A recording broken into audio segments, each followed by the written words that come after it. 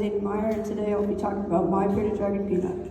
So, bearded dragons are one of the most commonly known reptiles. There are about 20 different morphs of bearded dragons, so that's their skin color. So there can be albino, purple, red, yellow, orange, whatever you can really think of. And then I'll talk about their environment real quick. So they live out in the desert, so maybe in Arizona. And what they would eat would probably be like cactus and some other bugs that live out there. Usually they need to be outside, they usually need it around 80 to maybe like around 90 degrees to actually be outside. And 80 to 90 degrees to be outside, or it can be they can go into hibernation because it's too cold. So what we feed them is not what we eat in the desert. Like we feed him a bunch of kale, strawberries, blueberries, some of his favorite meals. But out in the desert, he would eat, like I said, cactus and probably like some beetles, maybe scorpions. I don't know if he could eat scorpions. Possibly could. But there's a bunch of other stuff out there, and there's actually there's more structure out there for him, so he could so we can look under and find food and bugs.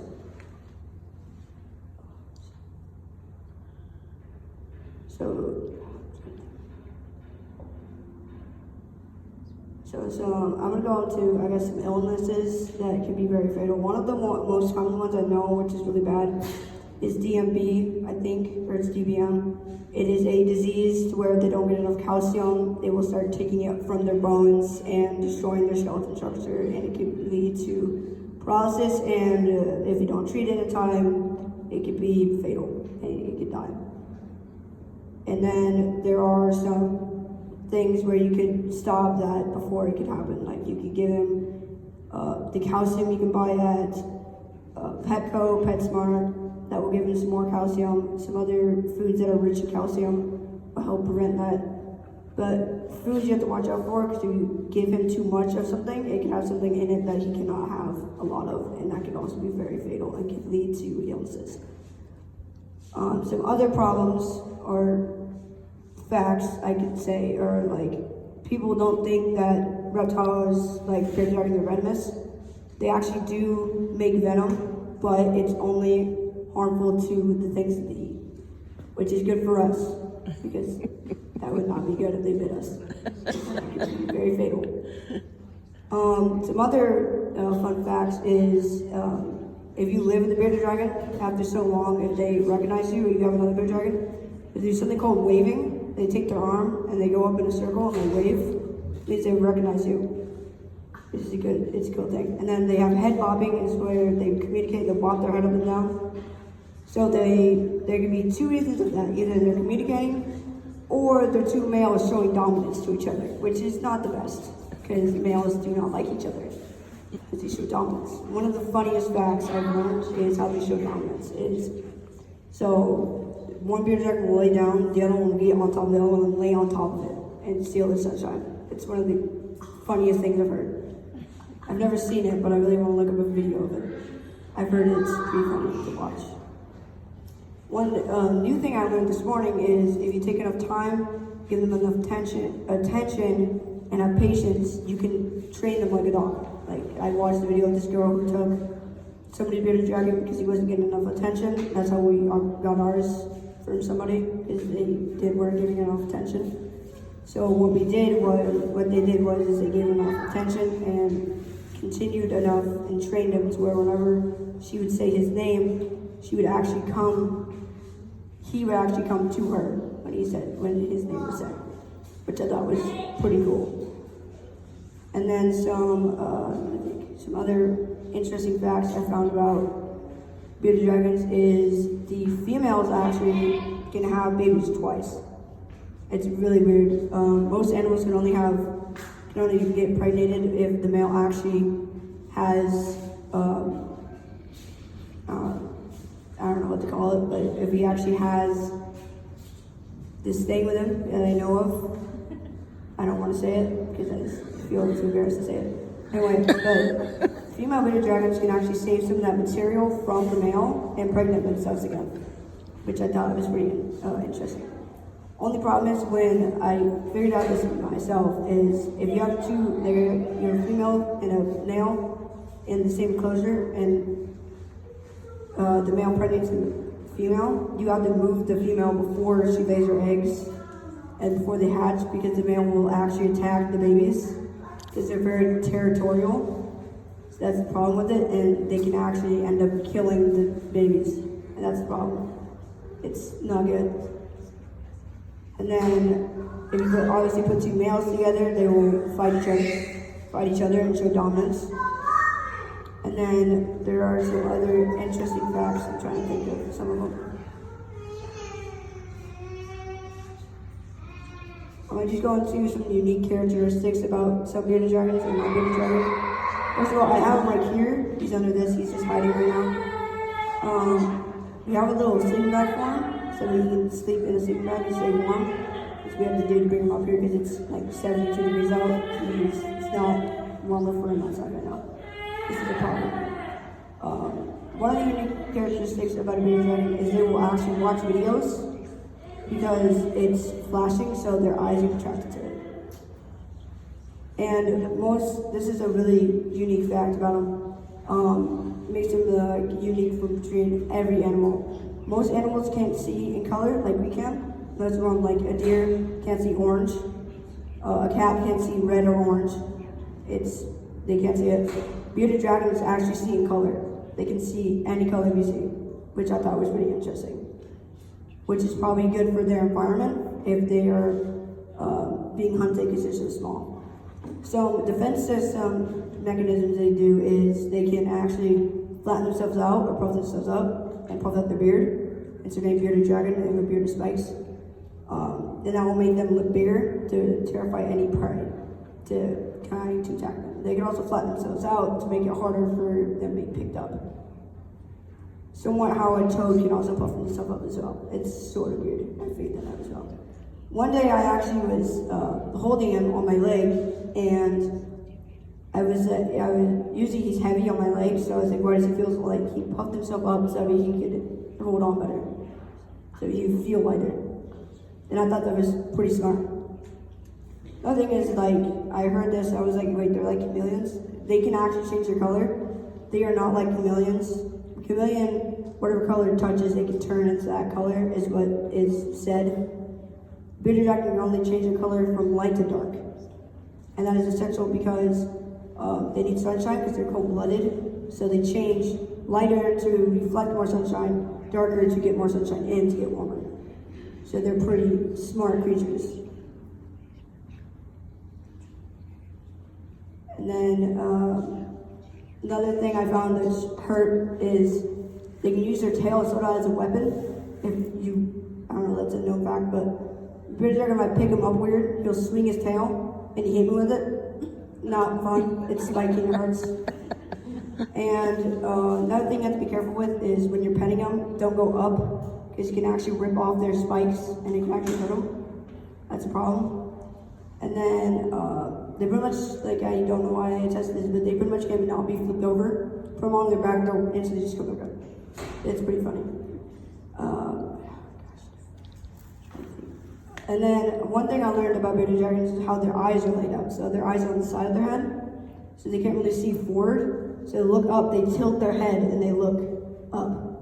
And it's super cute because I watched my bearded dragon tilting his head. I was like, what are you doing? And I was like, oh, he's looking up because he can't move his eyes very much. Which I thought was a pretty cool fact. That's sort of a good thing because then he can tilt his head and look all the way up in the sky. So he can see predators. And then is this something that they have a third eye, which I don't believe they have a third eye. I don't think they do. I think that's just a myth. I don't know if they do. But I think they're one of my favorite reptiles. Like there's like a bunch of different reptiles. Like there's, I don't know. I learned about toga geckos. I wanted one of those for a long time. And then I learned about that if they bite you, they could lock onto your finger potentially and not come off, which would not be good. So I went with a bearded dragon. Me and my mom actually both wanted a bearded dragon. So we went on Facebook and somebody was selling a bearded dragon for free to So we got him, moved him into our house, and ever since he's been living with us. First few days he was just hiding in his rock, and then one day I woke up with a bearded dragon staring at me, wanting food. I was like, oh hi, how you doing? So he's pretty funny at times. Like he will. One time he was hot, so he had the full dish, so a water dish. So I walked into my room, and he was just sitting in his water dish, and he had his back, and he had his arms out on his glass. I was like, what are you doing? He was just sitting in his water dish, just cooling off in his water dish. I was like, no, I could make you a pool, but then never mind. I was going to do that, but then I decided not to because he's going to use his water dish instead. And then actually I learned something. You don't want to hand feed them their bugs because that will take away their natural instinct. Their natural instinct is to run after insects and eat them. So what I did for an experiment is I was wondering, could he eat a dubiotes before going to the mat? Once he sees it, he locks onto it with the eye because I tried the experiment yesterday. I put like a bunch of different fruits and different corners to see who would choose first. I put some worms in the middle, and I put a dubio roach in there. And dubio roach would move, and then the worms would move, and he would lock onto every single one. His eye would just constantly move to each one that was moving. Then I put one on the mat, and as it moved, he would just sprint after it and eat it. I don't know what, but weird thing is I found out is he doesn't have very good aim, so he shoots and then he misses. I don't know if it's his eyesight or how his eyes are built, or he's just bad at aiming. I don't know yet. But he likes dubio roaches, he likes hornworms, he likes fly larvae, like a bunch of different bugs. But I'm guessing that's probably what he eat in the wild though. I'm guessing. So do you guys have any questions? Yes. Is it possible for us to see? You know this is alarm sticking up there? Yes, I can take him out if you guys want me to. Oh, absolutely. Yeah, but so I get him out there. Don't freak out, buddy. You're fine. You're fine.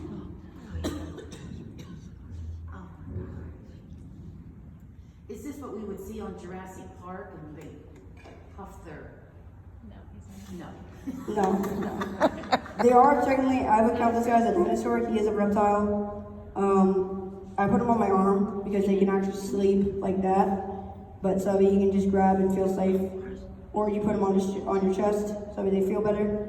I might do that so he does not freak out on me. So he can just chill out. Another thing I've learned is that if they fall asleep on you, it means they trust you and they feel safe in your arms, which is a good thing because usually bearded dragons, to make them trust you, you have to pay a lot of attention to them and spend a lot of time with them. Do you have any other questions? What's his name? Yes. His name is Peanut. Peanut. Yes. How old is he and how old do they get? I don't know how old he is, and I can't really, I think they live for like maybe around, I want to say like around 16 years. 16 or 20 years, I would think. Do you have any other questions? Aaron? What are you wearing and what is it for? So this is a sling me and my grandma made for him to be carried around. So that way, I made a DIY carrier for him. So that way I can carry him around and have him in it. And he can still breathe out of it because we put his mesh on top. So this is a sling, I call it the dragon sling. So you put him in here and you snap it and then you can carry around. It's almost like having, if you're a parent with a baby right now, if you know what that's like, it's like when you have one of those things on your chest and they're sitting in front of you. You have any other questions? Yes? Is that a full-grown bearded dragon? Um, They get bigger? I don't know if he's full grown. I'm guessing he might be right now. He also might be like teenage still, but I don't know. He's gotten pretty big. Yes? How heavy will he get? I don't know. Have any other questions for me? Does he help with your house flies? He actually can't eat flies. They're not good for him. Okay. That's the problem. But You their mean- tongue. It kind of, well, it doesn't come out like a frog or, well, a toad does also come out too, but it like barely comes out. But it's not like a chameleon where they can shoot it far and it sticks and then they bring it back. His only comes out maybe from like right here to here, and then you can grab it and pull it in. That's how they do it. It's not very far. It's not very far, so that's they're like more like an ambush predator in a way. So if they see their meal, they'll like look at it and they'll wait, and then they'll run up on it, and then they'll kind of, then they know their range, and then they'll shoot at it, and then they'll eat it. They're pretty smart. I would say they're probably like one of the most smartest reptiles of out of them all. Does anybody else have any questions? Yes. I got him in March. That's when I got him. Have any more questions?